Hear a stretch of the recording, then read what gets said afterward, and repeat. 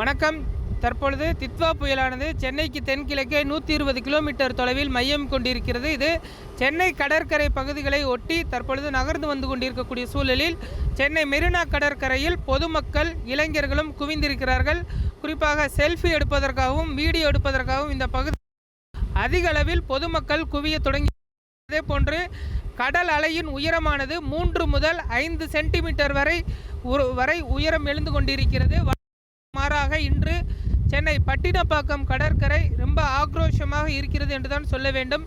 குறிப்பாக இந்த பகுதிகளில் செல்ஃபி எடுப்பதற்காகவும் வீடியோ எடுப்பதற்காகவும் அதே போன்று கடல் அலைகளை பார்த்து ரசிப்பதற்காகவும் பொதுமக்கள் தொடர்ந்து குவிந்து வருகின்றனர். காவல்துறையினர் தொடர்ந்து கடற்கரைக்கு வர வேண்டாம் என்று எச்சரிக்கை கொடுத்தாலுமே கூட அவர்கள் தொடர்ந்து இந்த பகுதிக்கு வந்து கொண்டிருக்கிறார்கள். சென்னை மெரினா கடற்கரை தற்பொழுது மூடப்பட்டு இருக்கிறது. இருந்தாலுமே கூட பட்டினப்பாக்கம் கடற்கரை பகுதிகளில் அதிக அளவில் பொதுமக்கள் தொடர்ந்து வந்த வண்ணம் இருக்கிறார்கள்.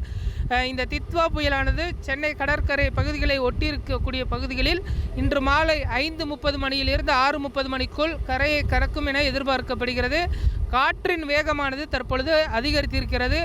60 கிலோமீட்டரிலிருந்து 80 கிலோமீட்டர் வேகத்தில் காற்று வீசி வருகிறது. அதே போன்று இந்த புயலினால் மழை என்பது வெகுவாக குறைந்திருக்கிறது. தற்பொழுது பகுதிகளில் வெயில் அடித்து வருகிறது. ஆனாலுமே கூட காற்றின் வேகம் என்பது அதிகரித்திருக்கிறது. இதற்கு முக்கிய காரணமாக சொல்வது தித்வா புயலில் தற்பொழுது வறண்ட காற்று உள்ளே நுழைந்திருப்பதனால் அந்த புயலின் நிலைமை சற்று வலுவிழந்திருக்கிறது என்றுதான் சொல்ல வேண்டும்.